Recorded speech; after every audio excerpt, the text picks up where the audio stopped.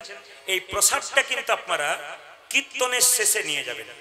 প্রশ্ন করবেন লাভ কি? মায়েরা কিভাবে নিয়ে যাবেন? কাপড়ের কোণে বেঁধে নিয়ে যাবেন। যারা কাপড় পরেন নাই ওড়নাতে বেঁধে নিয়ে যাবেন। তাও যদি না সম্ভব হয় হাতে নিয়ে যাবেন। যদি রঘুনন্দন লীলা শাস্ত্র কেউ পড়েন খুব পুঙ্খানুভাবে, তাহলে দেখতে পাবেন মায়েরা সবাই তাকান, যদি কারো বাড়ির বাচ্চা খুব চঞ্চল, পড়াশোনাতে মতি নাই, খালি ছটফট করে, মায়েরা বলে না এমন চঞ্চল ছেলে আমি আর দেখি নাই। এই বাতাসা প্রসাদটি বৃহস্পতিবার দিন তুলসী মন্দিরে স্নান করিয়ে, তুলসী মন্দিরে নতুন জামা কাপড় বা ধোয়া বস্ত্র পরিয়ে তুলসী পাতা সহ একটুখানি বাতাসা জয় গোপীনাথ জয় গোপীনাথ বলে ছেলের কপালে দিয়ে মুখে দেবেন। 1 বছরের মধ্যে দেখবেন আপনার বাচ্চা শান্ত তো হবে, কৃষ্ণ ভক্ত হবে, তার সঙ্গে মেধা পর্যন্ত হবে। শুধু ভক্তি ভরে কোনো মা যদি দেখুন, একজন মা তার সন্তানের জন্য কত কিছু করতে পারে। তাহলে আজকের কীর্তনে শুধুমাত্র এই প্রসাদটার জন্য শাস্ত্র যদি আপনারা পড়েন তাহলে বুঝতে পারবেন। এই লীলাটি যেখানে গিয়েছি বহু মানুষ বহু মেয়েরা ফোন করে বলেছে যে আমরা প্রচুর উপকৃত হয়েছি, এই বাতাসাটা দেওয়ার পর বিরাট উপকার হয়েছে আমাদের। যদি শাস্ত্রের কথা মানতে চান, আপনারা যারা ঠাকুমা হয়েছেন নাতিকে নাতনিকে দেবেন। দেখুন, আপনার প্রশ্ন করবেন যে একটা বাতাসা 1 বছর যাবে কি করে? হ্যাঁ, আপনি যে বাতাসাটা আজকে নিয়ে যাবেন, বৃহস্পতিবার দিন বাড়িতে হরিলুট দেবেন 1 কেজি বাতাসা, এই বাতাসাটা মিশিয়ে দেবেন। ধরুন কেউ পেলেন না এই বাতাসা, তাহলে যে হরিলুটে বাতাসা আছে ওই বাতাসাটাই আপনি প্রতি বৃহস্পতিবার, কারণ রঘুনন্দনের জন্ম হয়েছিল বৃহস্পতিবার। এই যে মালা তিলকের রীতি আপনারা সবাই জেনে যান, হরিনামে যখন কীর্তন করে কীর্তনিয়ারা তখন মালা তিলক পরা হয়। এই মালা তিলক পরার প্রথম রীতি চালু করেছিল রঘুনন্দন। মহাপ্রভুকে সেবা সঙ্গনে প্রথম মহাপ্রভুকে কিন্তু এই মালাটি দান করে। রঘুনন্দনের জন্ম হয়েছিল কি বার জোরে বলুন? বৃহস্পতিবার। সেদিন কিন্তু বাড়িতে একটা পুজো ছিল, পুজোটা হচ্ছে সরস্বতী পুজো, যেটা হেতমপুরে কিন্তু খুব নাম করা। হেতমপুরে প্রতি সরস্বতী পুজোতে মেলা হয়, সেই মেলায় আমি বেশ কয়েকবার এসেছি, টুপি আর মাস্ক মুখে নিয়ে, কেউ যেন চিনতে না পারে। আমি এসেছি বহুবার। সবাই তাকাবেন মায়েরা যে যেখানে বসে আছেন। এই প্রসাদটার আরেকটা উপকার আছে। আপনার বাড়িতে যদি প্রায় অশান্তি লেগে আসে, আপনি এক কাজ করুন, এই বাতাসাটা তুলসী মন্দিরে দিয়ে প্রত্যেক দিন জল দিন আর 4 বার করে পরিক্রমা করুন বাড়ির সবাই। দেখুন আপনার বাড়িতে শান্তি শৃঙ্খলা প্রতিষ্ঠিত হবে। বাড়ির কেউ অসুস্থ অবস্থায় বহুদিন ধরে আছেন, কষ্ট পাচ্ছেন, ভালো হচ্ছে না, আপনি জয় গোপীনাথ বলে গোপীনাথের নামে কপালে ঠেকিয়ে আপনি প্রসাদটা গ্রহণ করুন, দেখবেন আপনার লাভ আছে। আমি তাহলে বললাম কি, লীলাটার নাম কি? ভক্ত রঘুনন্দন। কত বছর বয়সে নাড়ু খাইছিল জোরে বলুন? 5 বছর বয়সে। আমি আরেকবার জিজ্ঞেস করিনি, যেদিন রঘুনন্দনের জন্ম হয়েছিল সেদিন কি বার ছিল মায়েরা? জোরে বলুন? বৃহস্পতিবার। আর সেই দিন কি পুজো ছিল বাড়িতে? সরস্বতী পুজো। এই কথাটা মাথায় রাখুন, তাহলে হয়ে যাবে। এইবার লক্ষ্য করুন, বর্ধমান জেলার শ্রীখণ্ড গ্রাম, ওই গ্রামে 2 ভাই আছে। বড় ভাইয়ের নাম মুকুন্দ সরকার, ছোট ভাইয়ের নাম নরহরি সরকার। বড় ভাই কি করতো না, কবিরাজি চিকিৎসা করতো, খুব একটা নাম ডাক ছিল না। আর ছোট ভাই তার সঙ্গে কম্পাউন্ডারি করতো।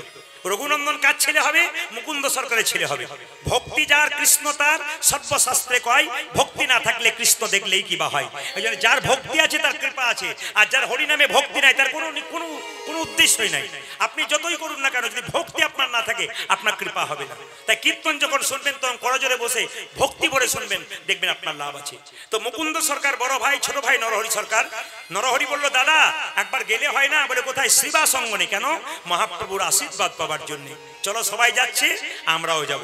তাকান, বড় ভাই মুকুন্দ সরকার আগে আগে যাচ্ছে, ছোট ভাই নরহরি পেছন পেছন যাচ্ছে। তখনকার দিনে তার ট্রেন বাস ছিল না, তখন হেঁটে হেঁটেই যেতে হতো। তো দেখুন, শ্রীখণ্ড থেকে সেবাসঙ্গন মহাপ্রভুর জায়গা অনেক রাস্তা। এখন যেতে গেলে মোটামুটি 30 টাকা ভাড়া পড়ে বাসে। সেই রাস্তাটা হেঁটে হেঁটে মুকুন্দ সরকার আর তার ভাই নরহরি যাচ্ছে পেছন পেছন মহাপ্রভুর কৃপা পাবার জন্য। কিভাবে যাচ্ছে দেখুন, দুজনে কীর্তন গাইতে গাইতে যাচ্ছে। আপনারা যদি অনেক রাস্তা হেঁটে যান, যদি মনে হয় বোর হয়ে যাচ্ছেন, হরিনাম করতে করতে চলে যাবেন, রাস্তা খাটো হয়ে যাবে। মুকুন্দ সরকার আগে আগে আর পেছনে নরহরি সরকার। কি গাইছে? কৃষ্ণ কেশব কৃষ্ণ কেশব কৃষ্ণ কেশব তাই নাম, রাম রাঘব রাম রাঘব রাম রাঘব রক্ষম। হরি বল। কৃষ্ণ কৃষ্ণ হরে হরে হরে রাম হরে রাম রাম রাম হরে হরে। কৃষ্ণ কেশব কৃষ্ণ কেশব কৃষ্ণ কেশব তাই নাম, রাম রাঘব রাম রাঘব রাম রাঘব রক্ষম। হরি বল। কৃষ্ণ হরে কৃষ্ণ কৃষ্ণ কৃষ্ণ হরে হরে হরে রাম হরে রাম রাম রাম হরে হরে। কৃষ্ণ কেশব কৃষ্ণ কেশব কৃষ্ণ কেশব তাহি নাম রাম রাঘব রাম রাঘব রাম রাঘব রক্ষম। হরি বল উলধ্বনি।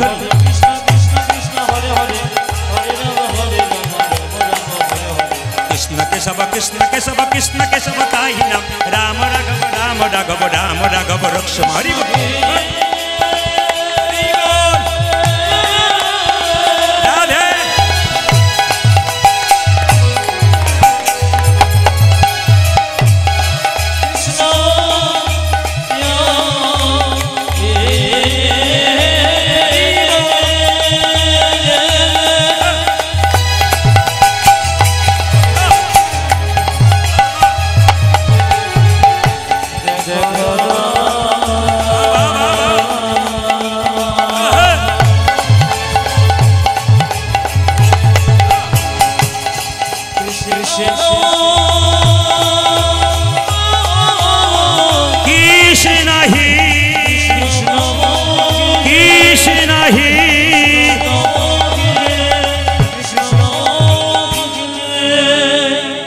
বাচ্চাটাকে বসান। মায়েরা বলুন, যে গাছে ফল ধরে সেই গাছের ডালগুলো উঁচু দিকে যায় না নিচের দিকে যায়? জোরে বলবেন, একটু বলবেন আপনারা। যে গাছে ফল ধরে সেই গাছের ডালগুলো নিচের দিকে যায় না উপর দিকে যায়? নিচের দিকে। যারা ভক্ত হয় তাদের ভাবটি কেমন হয়? এইরকম। আর যারা অভক্ত হয় তাদের ভাবটি কেমন হয়? এইরকম। মুকুন্দ সরকার আর নরহরি সরকার, তাকাবেন, দু ভাই মিলে এই দিকে তাকান মা, এরকম করে দাঁড়িয়ে আছে শ্রীবাসের দরজাতে মহাপ্রভুর আশীর্বাদ নেবার জন্য। মায়েরা, যদি হও নিচু তবে পাবে কিছু। একটা সোনার কলসি যতই দামি হোক না কেন, একজনের কাছে মাথা নিচু করতে হয়। কার কাছে? আপনি কয়েকশো কোটি টাকার মালিক হন না কেন, মৃত্যুর কাছে আপনাকে মাথা নিচু করতেই হবে। এখানে শাস্ত্র বলল মৃত্যু নয়, বৈষ্ণবের চরণে কেউ যদি মাথা নত না করতে পারে তবে তার গোবিন্দ কৃপা কোনোদিন হয় না। আজকে আপনারা ভাগ্যবান এবং ভাগ্যবতী, এটা সব জায়গায় হয় না। বহু হরিবাসন আমরা করেছি, কিন্তু বাবা ভোলার মন্দিরে কীর্তন খুব কম জায়গাতে হয়। বাবা হলেন 12 জন বৈষ্ণবের মধ্যে প্রধান বৈষ্ণব। তার কাছে আপনারা বসতে পেরেছেন মানে আপনি ভেবে নিয়েন না এমনি এমনি নয়।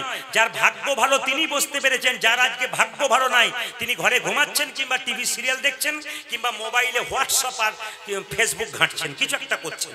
একমাত্র বাবার কৃপা যাদের আছে, একমাত্র তারাই হরিবাসরে কীর্তন শুনতে পাচ্ছেন। তাকাবেন মায়েরা, যদি হও নিচু তবে পাবে কিছু। মুকুন্দ সরকার নরহরি চুপ করে দাঁড়িয়ে আছে।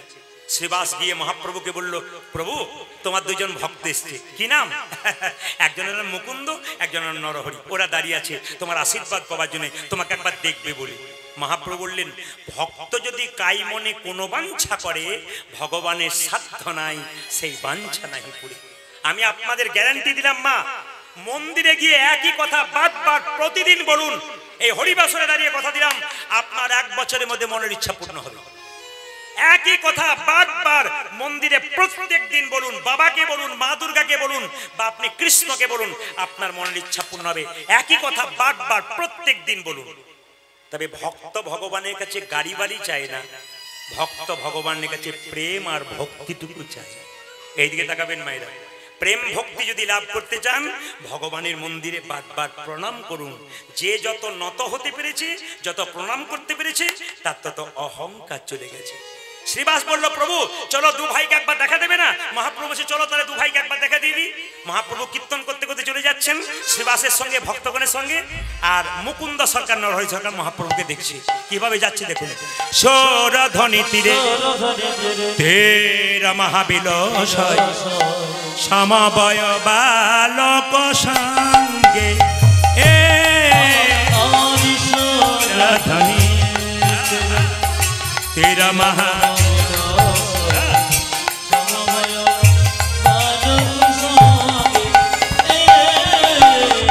সৌরধ্বনি তীরে তীর মহাবিলাসয়, সমবয় বালক সঙ্গে এ সৌরধ্বনি তীর মহাবিলাসয়, সমবয় বালক সঙ্গে করে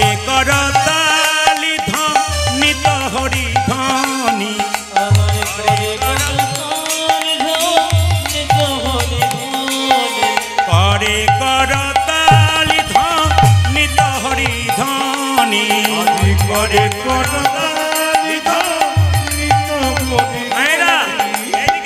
যার যেমন ভাব তার তেমন লাভ। ছোট ভাই বলছে দাদা আমি কি দেখতে পাচ্ছি জানো, ওই তোই আমার গোড়া, ওই তোই আমার গোড়া না। যারা কীর্তন শুনতে এসছেন সবার ভাব কি একই আছে? সবার ভাব যদি একই হতো তাহলে মহাপ্রভু কৃপা হয়ে যেত। ছোট ভাই বলছে দাদা আমি কি দেখছি জানো, ওই তোই আমার গোড়া, আমি দণ্ড বাহু তুলে ওই তোই আমার গোড়া না।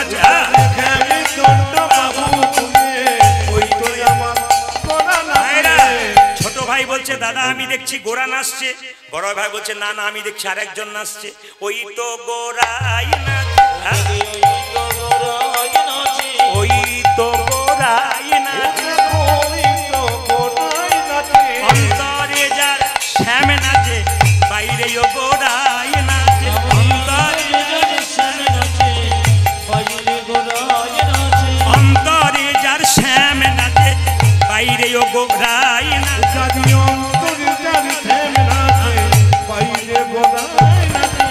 সরধনে তীরে তেরা মহাবিলসায় সমবায় বালক সঙ্গে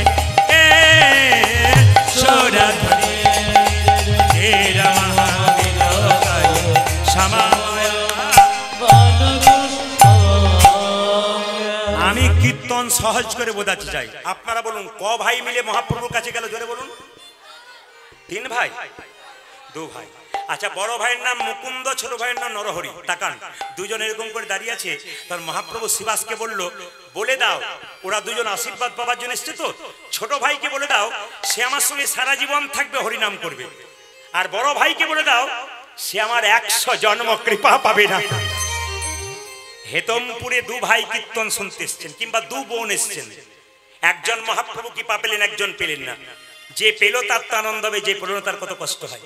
শিবাস এসে বললো তোমাদের মধ্যে ছোট ভাইকে আমি, কি নাম? আমার নাম নরহরি সরকার। তোমার জন্য প্রভু বলেছে তুমি সারা জীবন প্রভুর সঙ্গে কীর্তন করবে। বড় ভাই বলে আমার জন্য কি বলেছে, তুমি 100 জন্ম কৃপা পাবে না, 100 জন্ম সঙ্গ পাবে না। বড় ভাই মুকুন্দ সরকার নাচতে শুরু করেছে, জয় গৌর জয় গৌর। শিবাস ঠাকুর ভাবলো লোকটার বোধহয় মাথা খারাপ হয়ে গেল, কারণ মহাপ্রভু 100 জন্ম কৃপা করবে না বলে এ হয়তো মাথা খারাপ হয়ে গেল। শ্রীবাস বলছে হ্যাঁ গো মুকুন্দ, তোমাকে মহাপ্রভু বলে 100 জন্ম কৃপা পাবে না, আর তুমি গৌর বলে নাচতে শুরু করেছো। আরে আমাকে এরকম বলে আমি তো 20কে আত্মহত্যা করতাম। একথা শুনে মুকুন্দ বলছে শোনো শোনো শ্রীবাস, প্রভু যদি বলতো কোন জন্মে সঙ্গ পাবো না, কোন জন্মে সঙ্গ পাবো না, তাহলে না হয় আমি 20 খেয়ে আত্মহত্যা করে দিই।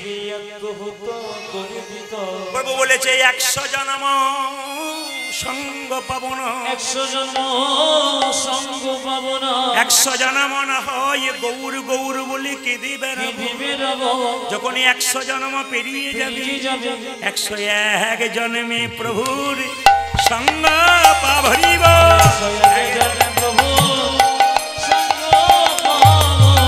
এক জন্মে প্রভুর সঙ্গ পাবো, এক জন্মে প্রভুর আমি 100 জন্ম কেঁদে বেড়াবো, এক জন্মে প্রভুর সঙ্গ পাবো।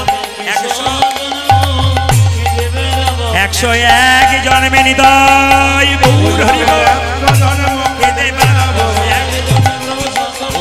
100 জন্ম কেঁদে বেড়াবো, এক জন্মে প্রভুর সঙ্গ পাবো। শুধু কি আস্তে আস্তে